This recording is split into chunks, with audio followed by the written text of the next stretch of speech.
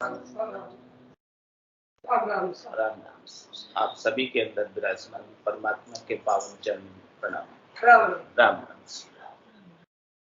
अनंत श्री सदगुरु सुखराम जी महाराज की अणबे वाणी। हरजस पदरात जोगारंभी नो आरंभ हो रहा है।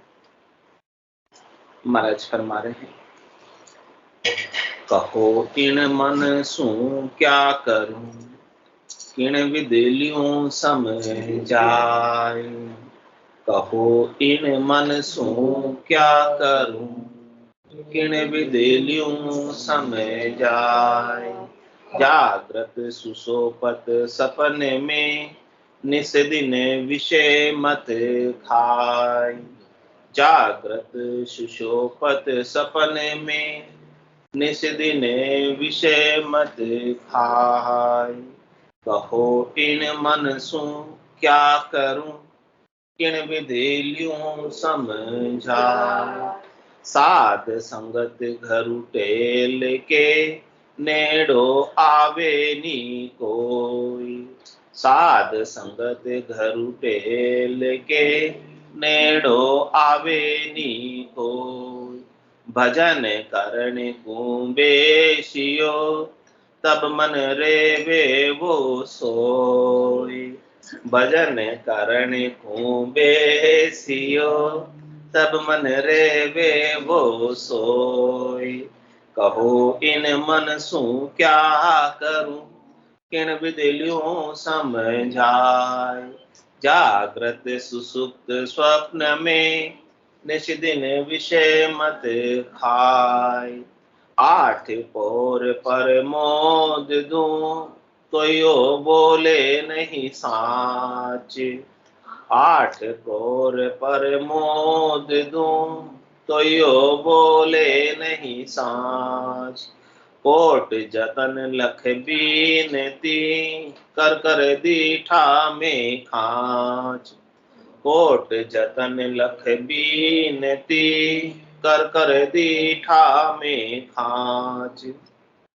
कहो इन मन सू क्या करूं, किन विदिलियों समझाय।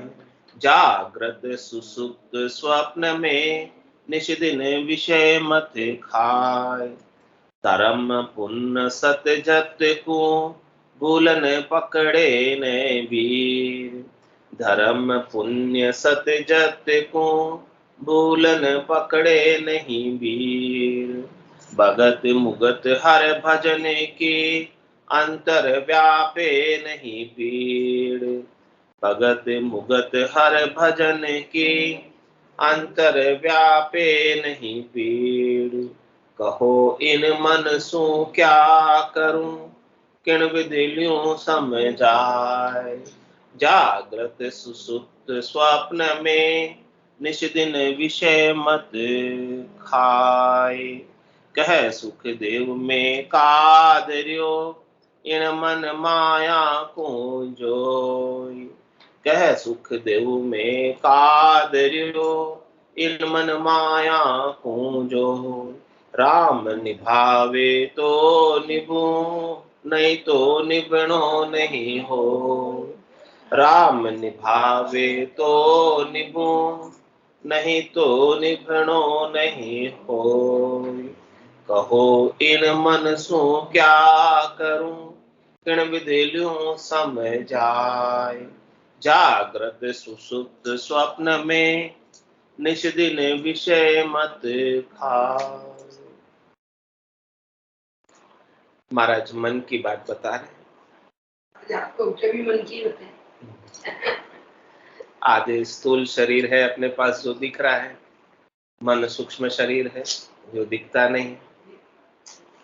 इस मन को किस प्रकार से समझाए, किस प्रकार से इसको शिक्षित करे कि ये अपने को ऊपर उठने में मदद करे। ये मन बाधा बनता है ऊपर उठने में, ये मन रोक लेता है ऊपर उठने से। मन हमेशा नीचे की ओर लेकर जाता है, क्योंकि ये मन किसका है? प्रकृति का है, संसार का है। तो इसको शरीर के, संसार के, इंद्रियों के, वस्तुओं के सुखों से अतिशय प्रेम है। किसको प्रेम है? मन को। मन मन को क्या चाहिए? शब्द, रूप, रस, गंध, स्पर्श, ये पांचों विषयों के सुख मन को बहुत अधिक प्रिय है और पांचों विषयों के सुख का ही ये प्रयास करता रहता है। कब कब प्रयास करता है ये? एक तो जागते हुए प्रयास करता है, जब तक ये शरीर जगता रहता है तब तक ये मन इन्हीं उपायों को सोचता रहता है, इन्हीं उपायों को विचारता रहता है और इन्हीं उपायों के लिए प्रयासरत रहता है कि किस प्रकार से मैं अधिक से अधिक सुखों की प्राप्ति कर लूं, सुखों का संग्रह कर लूं, सुखों का परिग्रह कर लूं। इन्हीं उपायों के अंदर ये जागते हुए सारे कार्य करता है। और फिर जब ये शरीर इन सब कार्यों को करते करते थक जाता है और थक हार कर सो जाता है, तो क्या कह रहे हैं महाराज कि सोने के बाद भी ये मन ठहरता नहीं है। सपना है। शरीर थक गया तो जागृत के सारे उपाय ठहर गए। जागृत में जो सुख प्राप्ति के ये मन उपाय कर रहा था वो सब उपायों पर विराम लग गया, रुक गए। अब वो नहीं कर सकता क्योंकि सो गया। लेकिन सोने के बाद भी मन का कार्य बंद नहीं हुआ, वो सपने में भी सारे सुखों का भोग करता है। जो सुख वो जागृत में नहीं पा पाया उन सब सुखों को सपने में पा लेता है।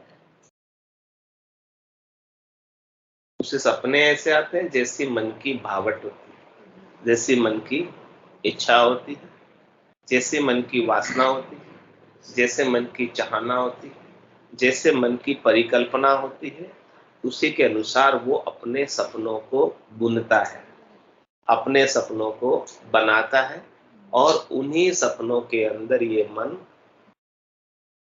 सुख भोगता है, सुख भोगने के उपाय करता है। और फिर जब सुषुप्त अवस्था में पहुंच गए, पहले तो जागृत अवस्था से नींद की अवस्था, जो पूरी नींद नहीं आई थी, उसमें जब तक पूरी नींद नहीं आती है तब तक सपने आते रहे। फिर सपने ठहर जाते हैं तो फिर वो सुसुप्त अवस्था आ जाती है, पूरा शांति की अवस्था आ जाती है। लेकिन उस शांति की अवस्था में भी मन अपना कार्य करता रहता है। उस सुसुप्त अवस्था में भी मन नहीं सोता। उसके आगे तुरिया अवस्था है, उस तुरिया अवस्था तक भी मन नहीं सोता। उसके आगे तुरियातीत अवस्था है, उस तुरियातीत अवस्था मन के एरिया से बाहर होता है। तो जागृत, स्वप्न, सुसुप्त, तुरिया और तुरियातीत, ये 5 अवस्थाएं हैं। इन सब अवस्थाओं से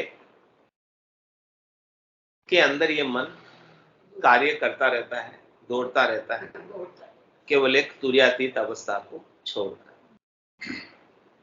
उस अवस्था तक जो आत्मा पहुंच जाती है, उस अवस्था को जो आत्मा प्राप्त कर लेती है, तुरियातीत अवस्था जो है, वो मन के एरिया से मन के अधिकार क्षेत्र से, मन के जुरिडिक्शन से, मन की पहुंच से बाहर हो जाता है। उसके नीचे नीचे तो ये मन सारा कार्य अपना, हाँ तुरियातीत गहरी निद्रा, जिसमें कुछ भी भान नहीं है और जिससे जागने के बाद बहुत सुख की अनुभूति होती है।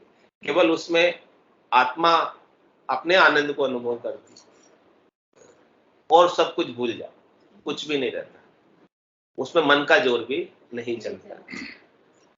तो महाराज कह रहे हैं कि जागृत में, सुसुप्त में और स्वप्न में तो ये मन रात और दिन विषय के भोगों को करता रहता है। अब इसको किस प्रकार से ज्ञान दें, किस प्रकार से इसको एजुकेट करें, किस प्रकार से इसको ट्रेंड करें, किस प्रकार से इसको समझाएं, वो एक प्रश्न है बहुत बड़ा, मन को समझाएं।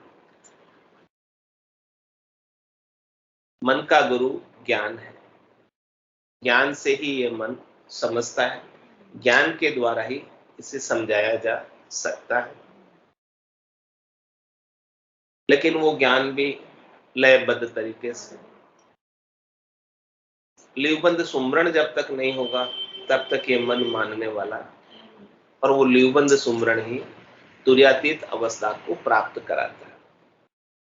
लीवबंद सुमरण ही मोक्ष को प्राप्त कराता है, मन के एरिया से बाहर करता है। इसके बिना तो इसके नीचे के जितने भी उपाय है वहां तक मन का जोर बराबर बना रहता है। और महाराज मन की स्थिति का वर्णन करके बता रहे हैं कि ये मन की स्थिति कैसी कैसी है। साध संगत गरु टेल के नेड़ो आवे नी कोई, ये मन जो है इसको बोलो कि भाई यहाँ पर साधना करने वाले, भक्ति करने वाले कोई जन आए हैं, उनकी संगत हो रही है, उनकी सत्संग चर्चा हो रही है, ज्ञान चर्चा हो रही है, तो उसमें ये मन लगता नहीं है, मन उसमें जाने के लिए तैयार नहीं होता है, अनेक प्रकार के काम बता देता है। मेरे तो इतने सारे काम हैं, इतने सारे धंधे हैं, मैं तो इन सब कामों को करूंगा, फिर बाद में टाइम मिलेगा तो जाऊंगा। तो इसकी मन की प्रायोरिटी क्या होती है, मन की प्राथमिकता क्या होती है? शरीर संसार के सुख, इंद्रियों वस्तुओं के सुख, उन्हीं के उपायों में ये मन व्यस्त रहता है, लगा रहता है, और उसको भक्ति करने वाले, साधना करने वाले, सत्संग प्रेम, सत्संग जहां होती है वहां जाने का इसे इच्छा नहीं और आता नहीं। ऐसी इस प्रकृति मन की, अपमन की स्थिति है। और गुरु टेल, जो सत्संग में जाएंगे तो गुरु वहां पर, सदगुरु वहां पर कुछ न कुछ टेल बताएंगे, कुछ न कुछ सेवा बताएंगे। उस सेवा को करने में भी ये मन इच्छुक नहीं है, भागता है, दूर भागता है। संत सदगुरु ज्ञान की टेल बताते हैं, भजन साधना की टेल बताते हैं कि आप इस प्रकार से भजन करोगे, साधना करोगे तो आपका कल्याण होगा। लेकिन मन को वो सब चीजें बात ही नहीं। मन को तो माया की चमक दमक, तड़क भड़क, वो सब अच्छी लगती है। मन को करनी क्रियाएं अच्छी लगती है। मन को एक जगह बैठना भी अच्छा नहीं। एक जगह किसी को बिठा दो, थोड़ी देर में उठकर कभी कुछ हलन करेगा, कभी कुछ चलन करेगा, कभी कुछ क्रिया करेगा, कभी हाथ हिलाएगा, कभी पांव हिलाएगा, कभी कुछ आंखें घुमाएगा इधर उधर। तो ये सारी एक्टिविटी किसकी है? सब मन की, मन के चलायमान होने के कारण। मन को स्थिर करना है तो कैसे करेंगे? पहले स्थूल शरीर को स्थिर करना पड़ेगा। स्थूल शरीर को स्थिर किए बिना मन स्थिर नहीं होगा। स्थूल शरीर से एक जगह सिद्ध आसन को साध कर बैठा मन को घेर और लीव माला सुखराम के निस्दिन और में मन को भी घेरना पड़ेगा, लेकिन सिद्ध आसन में बैठकर, जिसमें शरीर को कोई कष्ट नहीं हो और हलन चलन करने की आवश्यकता नहीं। थोड़ा सा भी हलन चलन किया तो मन जो है भटक जाएगा, मन चलायमान हो जाएगा, मन की स्थिरता समाप्त हो जाएगी। तो महाराज कह रहे मन को स्थिर करने का क्या उपाय है? श्वास श्वास कहे हरि नाम, फिरे रसना मुख में दिन राती, धीरज ध्यान अडोल न डोलो, आसन मारो कासों छाती, नाड़ समिस्तर राखत नाही, मोड़क अंग न बंदत बाती, मन को थो पवन संग मेलो, सुरत समोय निरत कर सा, सुख राम कहे यू ध्यान धरे दो, दीप सुजोत जलत है बाती। इस प्रकार से ध्यान धरना, ये मन को इस प्रकार से काबू में करना है। पहले स्थूल शरीर को स्थिर करना है, हलन चलन इसकी बंद करना, और उसके बाद इस मन को श्वासों में लगाना। मन श्वासों में लग जाएगा तो इसकी बाहर की जो हलन चलन है वो सब बंद हो। तो महाराज कह रहे हैं साध संगत गुरु टेल के नेड़ो नहीं आवे, ये नजदीक नहीं आना चाहता, क्योंकि इसको इन सब चीजों का महत्व नहीं है, समझ नहीं है, ज्ञान नहीं है। भजन करण को बेशी हो तब मैं रेवे रेसो। मन की क्या स्थिति महाराज बता रहे हैं। पहले तो ये संगत में जाना नहीं चाहता और किसी के कहने से चला भी गया तो जबरदस्ती आया तो वहां कुछ वो धारण करेगा नहीं जब तक वो खुद से नहीं आएगा, और धारण नहीं करेगा तो उसका काम बनेगा नहीं। और उसके बाद भजन करने जब बैठेगा तो इस मन को भजन में भी रस नहीं आता।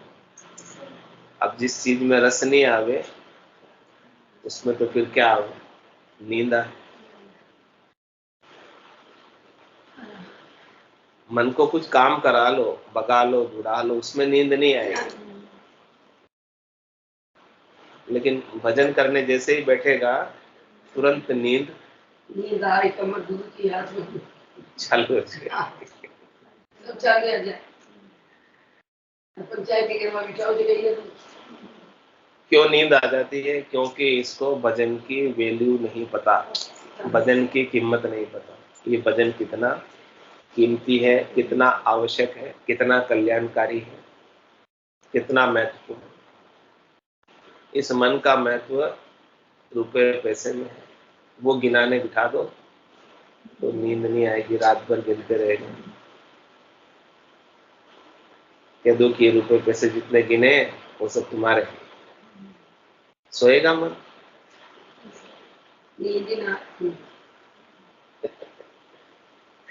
अब भजन करने बिठाओ तो आधे घंटे कर लेगा, 1 घंटे कर लेगा, उसके बाद सो जाएगा, कर नहीं पाएगा ज्यादा। तो भजन करण को बेसी हो तब मन रेवे रे सोए, क्योंकि तो इसको रस नहीं आता। इसको रस किस में आता है? संसार में रस आता।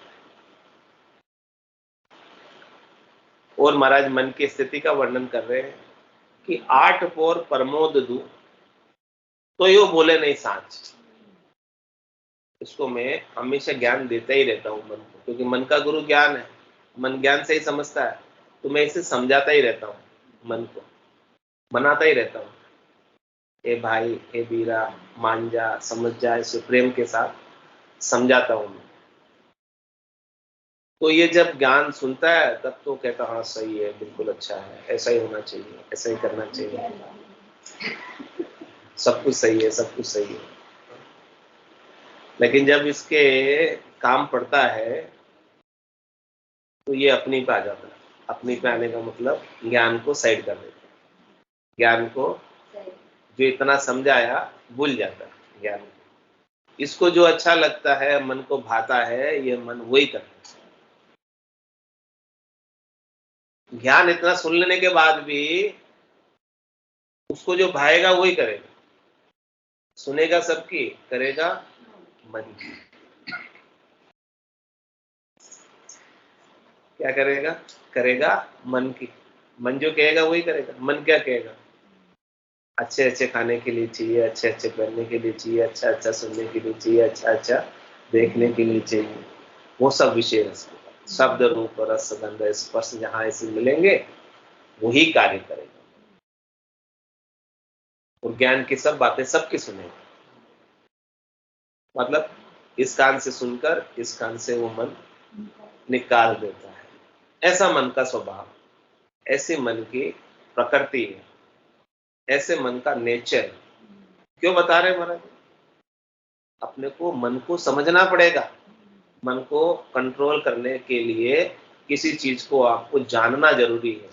जब तक उस चीज के बारे में जानोगे नहीं तब तक उसको आप कंट्रोल नहीं कर सकते, रेगुलेट नहीं कर सकते, उसे नियमित नहीं कर सकते जब तक उसके बारे में आपको जानकारी नहीं हो। ये सब स्थितियां अपने साथ होती है क्योंकि अपने पास भी तो मन है, मस्तिष्क है, बुद्धि है, चित्त है, और अपन भी ये सब चीजों को अनुभव कर रहे हैं कि मन ऐसे ऐसे अपने साथ एक्ट करता है, मन अपने साथ ऐसा ऐसा करता है। तो महाराज उस चीज को मन को समझा रहे कि मन का स्वभाव ऐसा। किसी के स्वभाव को आप जान लो तो उसके ऊपर आप अच्छी तरह से उसका आप कंट्रोल कर सकते। जब तक उसके स्वभाव को नहीं जानोगे तब तक आप उसे कंट्रोल नहीं कर पाओगे।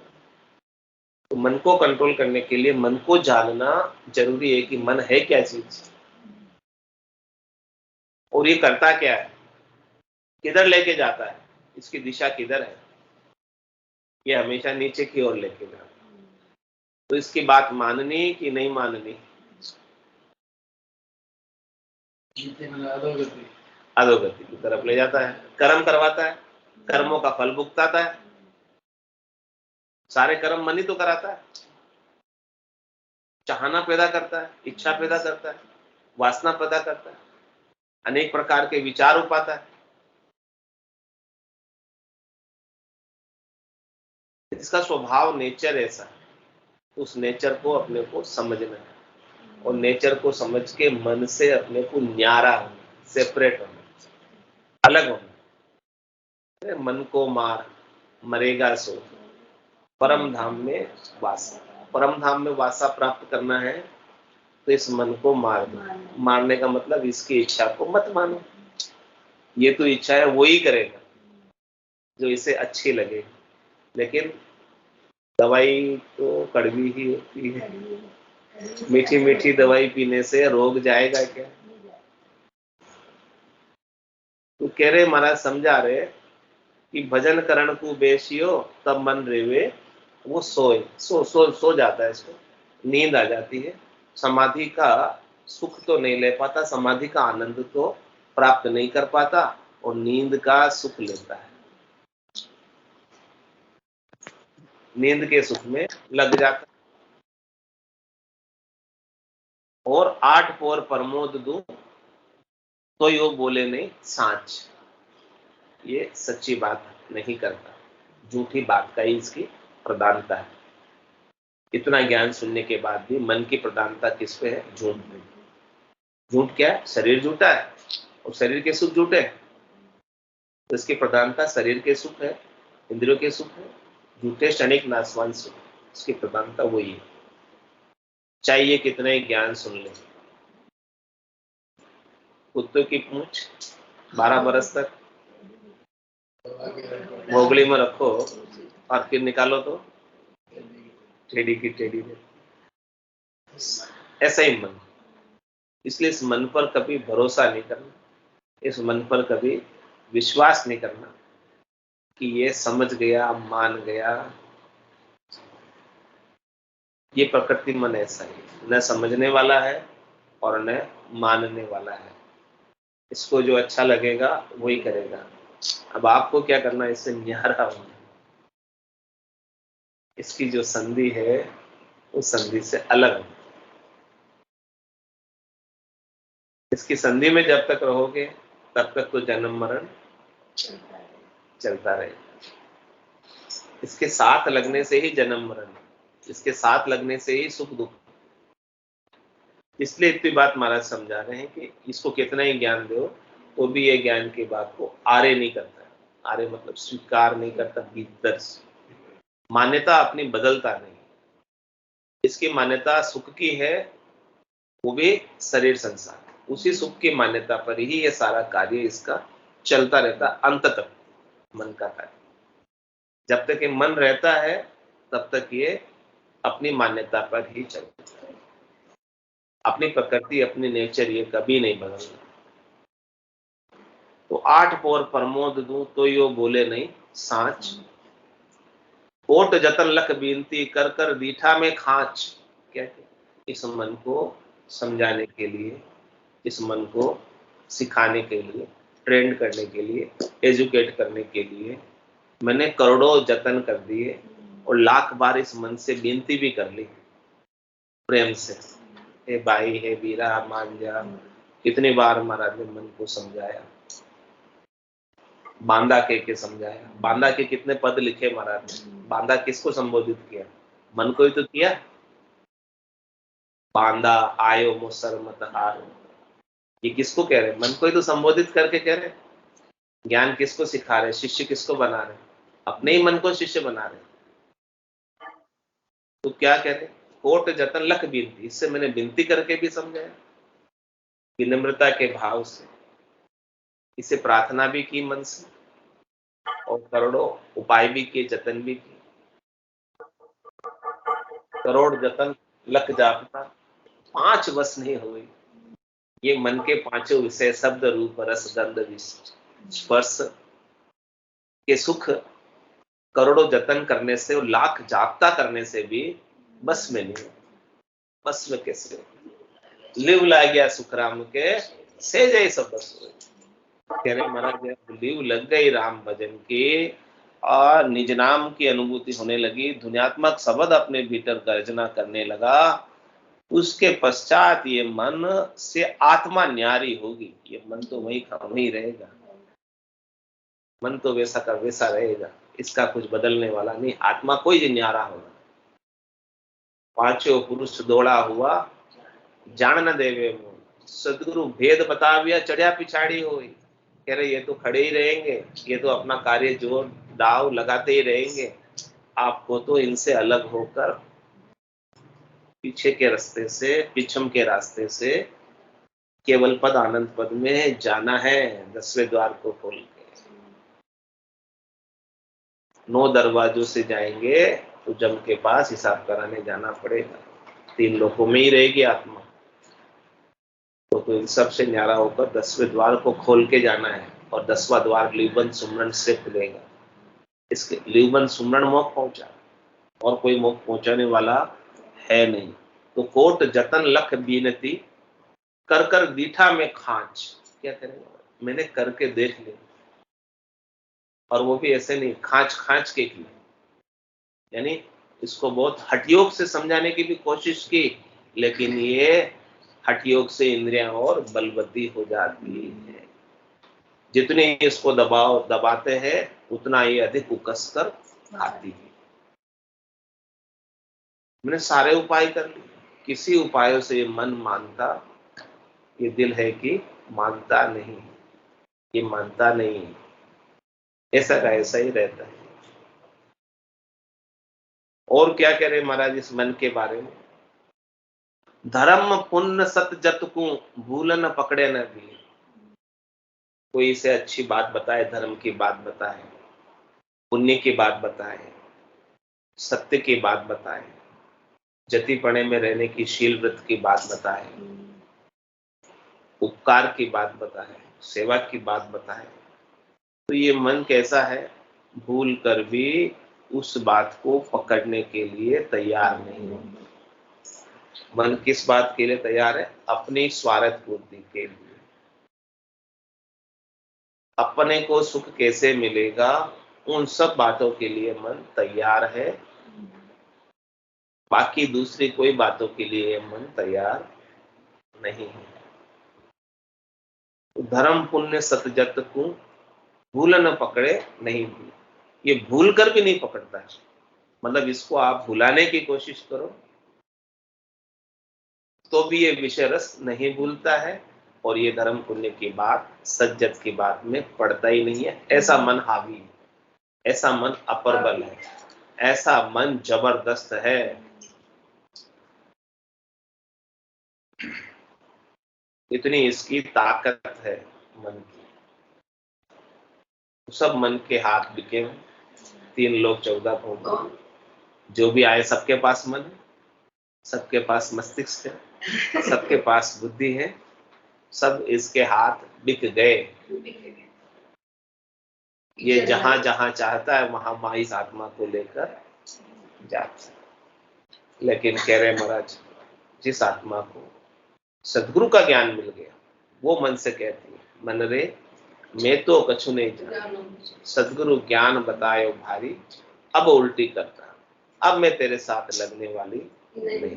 तेरे साथ लगते लगते अनंत युग बीत गए, और उन अनंत युगों में मैं अनंत बार आई जन्म मरण, और अनंत हुई बार सुखी दुखी हुई, और मैंने अनंत युगों में, अनंत जन्मों में, अनंत योनियों में अनंत ही कर्म उपाय तेरे साथ लगने की वजह से तू हमेशा स्वार्थ पूर्ति में सुख की इच्छा में ही लगा रहता है, तो उसके पीछे मैंने कितने कर्म किए और उन कर्मों का फल आज दिन तक मैं भोग रही हूं। अब मुझे सदगुरु ने ये बात समझा दी, अब मैं तेरे साथ लगने वाली नहीं हूं, तेरे से मैं न्यारी होकर रहूंगी। तो भगत मुगत हर भजन की अंतर व्यापिनी पीड़, इस मन के भीतर में थोड़ी सी भी पीड़ नहीं है भक्ति करने की, मुक्ति पाने की, हरि का भजन करने की। क्यों नहीं है? क्योंकि इसे शरीर संसार के सुख अच्छे लगते हैं, ये इन सुखों को छोड़ना नहीं चाहता। भजन करने में, मुक्ति पाने में और भक्ति करने में तो इन सब सुखों को, मन के सुखों को छोड़ना पड़ेगा। और मन क्या चाहता है कि मैं ये सुख भी पाऊं, हमेशा पाता ही रहूं। तो फिर इसे भक्ति करने का, भजन करने का अवसर प्राप्त ही नहीं होता, यानी समय ही उसे नहीं मिलता। इतना इन सुख के उपायों में व्यस्त हो जाता है, बिजी हो जाता है, और इसे पीड़ भी नहीं है, और इसे अंतर में, भीतर में पीड़ भी नहीं है, यानी इसे चाहना नहीं है, क्योंकि इसे संसार में ही रस आ रहा है। संसार के सुखों में ही इसे बहुत अधिक रस है। वो क्या कह रहे महाराज, कह सुखदेव में कादरी इन मन माया को, इस मन जो माया का बना हुआ, मन किसका बना हुआ? प्रकृति का। प्रकृति क्या है? माया, जो दिखती है लेकिन वास्तव में होती नहीं। और प्रकृति के सुख कैसे हैं? माया के सुख, मृग जल के सुख। मृग को जल दिखता है लेकिन वास्तव में होता नहीं। ऐसे ही सारे सुखों का आभास है लेकिन वास्तव में सुख है नहीं। तो महाराज कह रहे कि इस मन और इस माया को देख कर मैं कादर गया। कादर गया मतलब इसको समझा समझा कर, ज्ञान दे देकर थक गया, लेकिन ये मानता नहीं है, ये समझता बिल्कुल भी नहीं है। कितना ही इसको समझाओ तो भी ये समझता नहीं। तो अब कैसे, क्या करे इसका? कह रहे महाराज, राम निभावे तो निभो, नहीं तो निभुणो नहीं। हे राम जी, आप कृपा करोगे तो ये मन थोड़ा हमारे ठहरेगा और हम आपको याद कर पाएंगे। हम आपका भजन भी आपकी कृपा के बिना नहीं कर पाते। अनेक पाप कर्म उदय हो जाते हैं। क्या ताकत है जीव की, जो राम नाम ले पाप देवे छाप की जो मुंडो फेर। ये जीव राम नाम भी नहीं कर पाता। इस तो अपने को तो राम जी के शरणागत होना है, राम जी से ही प्रार्थना करनी है। राम जी समर्थ है, सबल है, सर्वशक्तिमान है। वो चाहे तो सब कुछ हो सकता है, उनके चाहे बिना नहीं। जहां पर कृपा राम की होगी, जहां पर कृपा करे सदगुरु। तो अपने को राम जी की कृपा को प्राप्त करना है। राम जी की कृपा प्राप्त होती है तब सत्संग श्रवण करने को मिलती है, संतों का ज्ञान मिलता है, संतों का सानिध्य प्राप्त होता है, संतों का संग प्राप्त होता है। बिना राम जी की कृपा के भी संतों का संग भी नहीं मिलता, ऐसा ज्ञान श्रवण करने को भी नहीं मिलता है। तो जिन जीवों के ऊपर राम जी की विशेष कृपा है वही सत्संग में आ पाते हैं, वही भजन कर पाते हैं, वही अपने आत्मा का कल्याण कर पाते हैं। बिनु सत्संग विवेक न हो, राम कृपा बिनु सुलभ न सो। इसलिए राम जी से प्रार्थना अरदास, राम निभावे तो निभो। मैं तो अपना ताकत, अपना जोर, अपनी करनी से, अपने बल से इस मन को समझाने की, मनाने की, सब प्रकार से इसको पुचकार के, प्यार से, कठोरता से, सब तरफ से देख लिया, ये मेरे से तो माना नहीं। राम निभावे तो निभो, नहीं तो निभुणो नहीं। इसलिए मैं तो अब समर्पित हूँ, शरणागत हूँ। हे राम जी, हे संतों, हे सदगुरु, आप ही कृपा करो। आपकी कृपा से ही हमारा कल्याण, हमारा उद्धार होने वाला है। हमारी करनी से नहीं। मोबल कर्म न जावे ओ प्रभु जी, मोबल कर्म न जावे, मेरी करनी से आगे किया तिचे की पारा, अब ही वही आप, अब भी इतने कर्म बन रहे इस मन के साथ, तो आपकी कृपा से ही होगा। संतो कैया पत्नी आवे, वो संतो कैया पत्नी आवे, कृपा करे दया गुरुदेव जी, जब शिष्य का भ्रम जाए। ऐसी कृपा हो जाए संतों की, सदगुरु की, केवली भगवंतों की, तब जाके इसके भ्रमों का नाश होगा, तब कर्मों का नाश होगा, तब ये मन से आत्मा न्यारी होगी, इसके बिना तो नहीं।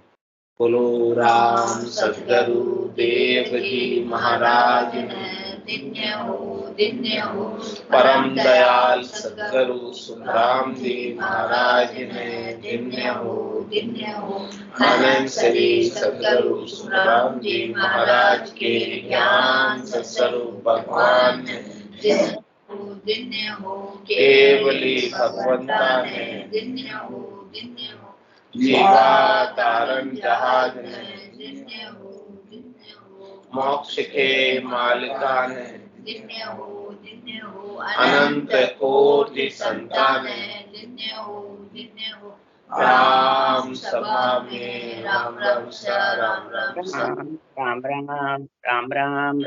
सा राम राम सा सब संतान सत्संज्ञान राम राम राम राम राम